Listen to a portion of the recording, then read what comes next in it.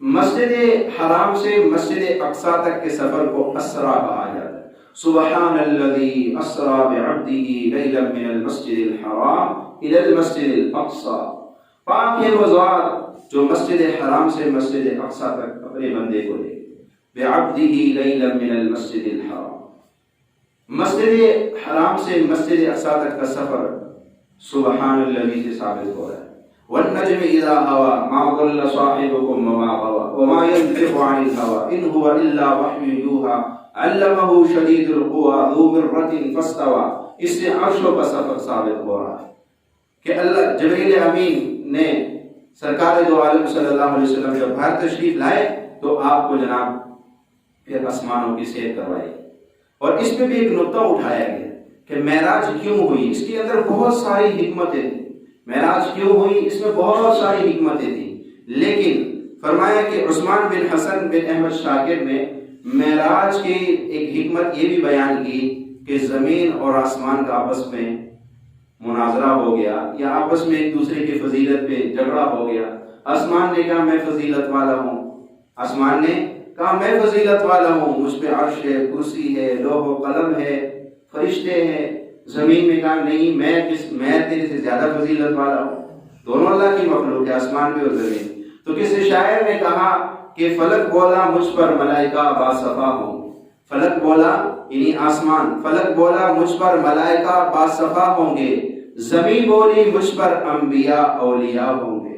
اگر تجھ پہ ملائکہ ہے تو مجھ پہ انبیاء اور اولیاء ہے جو کہ ملائکہ سے بھی زیادہ فضیلت والے ہیں۔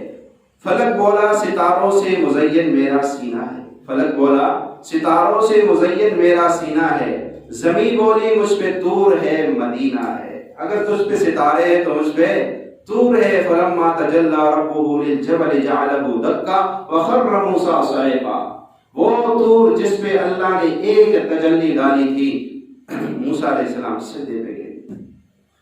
تو طور کو یہ فضیلت کیوں حاصل ہے؟ تمام پہاڑوں میں طور کا ایک مقام ہے، کیوں؟ اللہ نے براہ راست اس پہ تجلی ڈالی تھی، براہ راست ایک تجلی ڈالی، اور جو اللہ سے محبت کرنے والے انہوں نے ایک نقطہ بیان کیا، کہا طور نے اس تجلی کو، طور جو ہے وہ بالکل سیاہ ہو گیا، جل کے راکھ ہو گیا، کیوں؟ طور پہ جب تجلی ڈالی گئی تو اللہ کا محب ایسا نکلا کہ اس نے اپنی اس تجلی کو اپنے اندر تک لے گیا، اپنے آپ کو جلا دیا، پر تجلی اندر تک چلی جائے، کیوں؟ وہ نورانی تجلی اللہ کی جو تھی۔ تو فرمایا مجھ پر طور ہے، مدینہ ہے، مدینہ مجھ پہ ہے، تو ستاروں کا اور مدینے کا اور طور کا مقابلہ ہو ہی نہیں سکتا ہے۔ فلک بولا کہ مجھ پر چاند کیسا نور والا ہے، چلو اگر ستاروں کی تو نے جو ہے بات ختم کر دی تو چاند کا کیا کرے گا؟ فلک بولا مجھ پہ چاند کیسا نور والا ہے، زمین بولی مجھ پہ کالی کملی والا ہے۔ اللہ اکبر، مجھ پہ کالی کملی والا ہے۔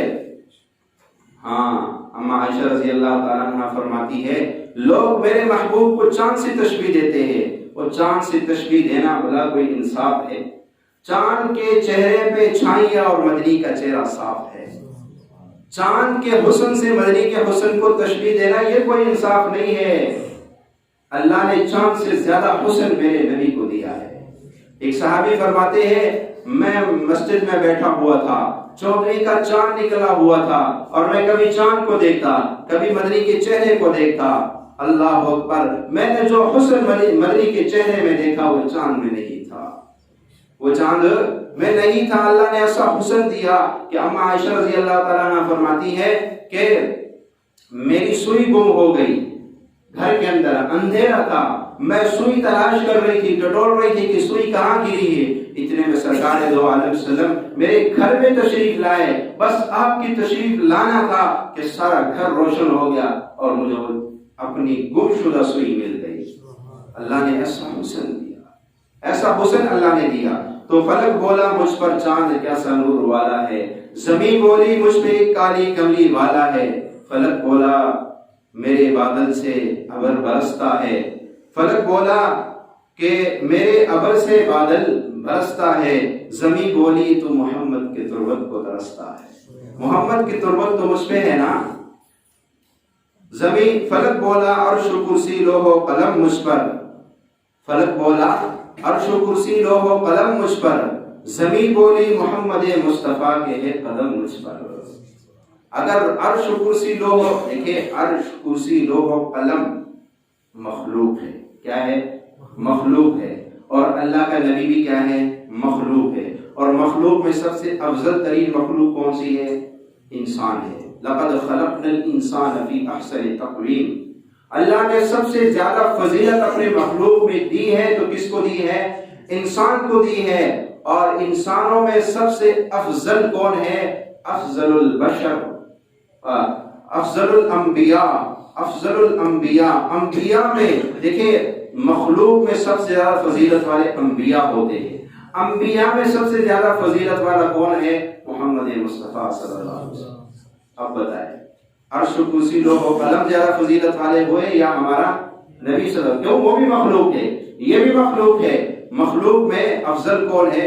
سرکار دو عالم صلی اللہ علیہ وسلم۔ فرمایا کہ جب زمین اور آسمان کا یہ مکالمہ ہوا تو آسمان نے کہا یا اللہ اس نبی کے قدم مجھ پہ بھی ہو جائیں، اس نبی کے قدم مجھ پہ بھی ہو جائے، جس نبی کے قدم پر، جس نبی کے قبر پر، جس نبی کے رہنے سہنے پہ زمین اتنا فخر کرتی ہے، اے اللہ وہ قدم مجھے بھی عطا ہو جائے۔ اور بھی اس کے اندر بہت ساری حکمتیں تھی کہ زمین کے تمام مخلوق نے محمد مصطفیٰ کی غلامی کا دم بھر لیا، سب نے مان لیا کہ ہم محمد مصطفیٰ کے غلام ہیں، اور ہم اس غلامی رسول پہ فخر محسوس کرتے ہیں۔ ہم اپنی قسمت میں جتنا بھی شکر ادا کریں وہ کم ہے، اللہ نے ہمیں محمد مصطفیٰ کی غلامی نصیب فرمائی ہے۔ آپ یقین جانیے پہلے جو کچھ اس معاشرے میں ہم کر رہے ہیں یہی کام پہلے لوگ کرتے تھے تو ان کی شکلیں بدل دی جاتی تھی، ان کو زمین میں دھنسا دیا جاتا تھا، ان پہ آسمانوں سے پتھروں کی بارش ہو جاتی تھی۔ آج یہ امت وہی کچھ کر رہی، کیا آج ناپ تول میں کمی نہیں ہو رہی؟ کیا آج جھوٹ بازاروں میں نہیں بولا جا رہا ہے؟ کیا آج دھوکہ فراڈ عروج پہ نہیں ہے؟ کیا آج شراب اور زنا کے اڈے نہیں کھلے ہوئے ہیں؟ سب کچھ ہو رہا ہے، پھر بھی یہ امت بچی ہوئی ہے، تو اس کے پیچھے کسی ہستی کی دعائیں ہیں، اس کے پیچھے وہ دعائیں ہیں کہ مینا کے مقام پہ سخت گرمی کے اندر اللہ کے حبیب صلی اللہ علیہ وسلم نے 5 گھنٹے یوں ہاتھ اٹھا کے اپنی امت کے لیے مانگا۔ یہ ان کی دعاؤں سے ہمیں بچے ہوئے ہیں۔ لہٰذا میرے بھائیوں ہم اپنے نبی کے قدر کریں، ان کے مقام کو پہچانیں، ہم اپنے مقام کو پہچانیں، ہم کون ہیں، ہم کس کے غلام ہیں، ہم کس کے نام لینے والے ہیں کہ قیامت کے دن سب پہ سکوت کا عالم طاری ہوگا، ایک آواز آ رہی ہوگی یا رب امتی امتی، کوئی انسان بولنے کی ہمت نہیں کرے گا، اور جب اللہ کا نبی کہے گا یا رب امتی، اللہ کہے گا ارفع رأسک یا محمد، اے محمد سر اٹھائیے، آپ جو مانگتے ہیں آپ کو دیا جائے گا۔ تو میرے بھائیوں ہم تو اس شخص، اس ہستی کی امتی ہے۔ فرمایا اس امت کا گناہگار جب جہنم میں ڈالا جائے گا، کوئی بھی گناہگار جہنم میں ڈالا جائے گا، اعلان ہوگا اس کے ہاتھوں میں ہتھکڑیاں ڈالو، پاؤں میں بیڑیاں ڈال دو، اس کی زبان کو لگام دے دو اور گھسیٹ کے اس کے چہرے کو کالا سیاہ کر دو اور اس کو جہنم میں ڈال دو۔ پر جب محمد مصطفیٰ صلی اللہ علیہ وسلم کی کسی گناہگار امتی پہ جہنم کا آرڈر ہوگا تو کہا جائے گا اس کے ہاتھوں میں ہتھکڑیاں نہ ڈالو، اس کے پاؤں میں بیڑیاں نہ ڈالو، اس کے چہرے کو کالا سیاہ نہ کرو۔ جب اس کو جہنم میں ڈالیں گے تو جہنم کا داروغہ حیران ہو جائے، یہ کون آ رہے ہیں، یہ کون آ رہے ہیں؟ نہ ہاتھوں میں ہتھکڑیاں ہیں، نہ پاؤں میں بھیڑیاں ہیں۔ یہ سارا پروٹوکول اگر ہمیں دیا جا رہا ہے تو کس کی وجہ سے؟ محمد مصطفیٰ صلی اللہ علیہ وسلم۔ پھر بھی ہم اس کے ساتھ بے وفائیاں کر رہے ہیں، پھر بھی ان کی طریقوں کو اپنی زندگی میں لانے پہ شرم محسوس کرتے ہیں۔ لوگ تانا دیں گے، لوگ کہیں گے مولوی بن گیا ہو، کیا ہو گیا؟ اگر محمد مصطفیٰ کے لیے اتنا تانا بھی نہیں سہ سکتے تو گردن کہاں سے کٹوائیں گے پھر؟ یہ تو چھوٹی باتیں ہیں نا، کسی کے بات کو سہنا یہ تو چھوٹی بات ہے۔ ہم یہ نہیں برداشت کر سکتے اور کہتے ہیں غلامی رسول بھی موت پہ قبول ہے، موت سے پہلے یہ چیزیں قبول کر لو، 5 وقت کی نماز قبول کر لو، سرکار دو علیہ وسلم کی سنتوں کو اپنی زندگی میں قبول کر لو، آپ صلی اللہ علیہ وسلم کے لائے ہوئے طریقوں کو اپنے گھر میں قبول کر لو۔ تم سے سر نہیں مانگے جا رہے، سر جو تھے وہ دینے والے چلے گئے، ہم سے چھوٹی چھوٹی قربانیاں مانگی جا رہی ہے، ہم وہ بھی نہیں دے سکتے اور بڑے پہ ہاتھ ڈالا ہوا کہ وہ دیں گے۔ سر دینے کو تیار ہے، نماز پڑھنے کو تیار نہیں ہے۔ سر دینے کو تیار ہے، سچ بولنے کو تیار نہیں ہے۔ سر دینے کو تیار ہے، امانت رکھنے کو، ایماندار بننے کو تیار نہیں ہے۔ یہ کہاں کا انصاف ہے؟ اللہ ان باتوں پہ عمل کی توفیق عطا فرمائے۔ وآخر دعوانا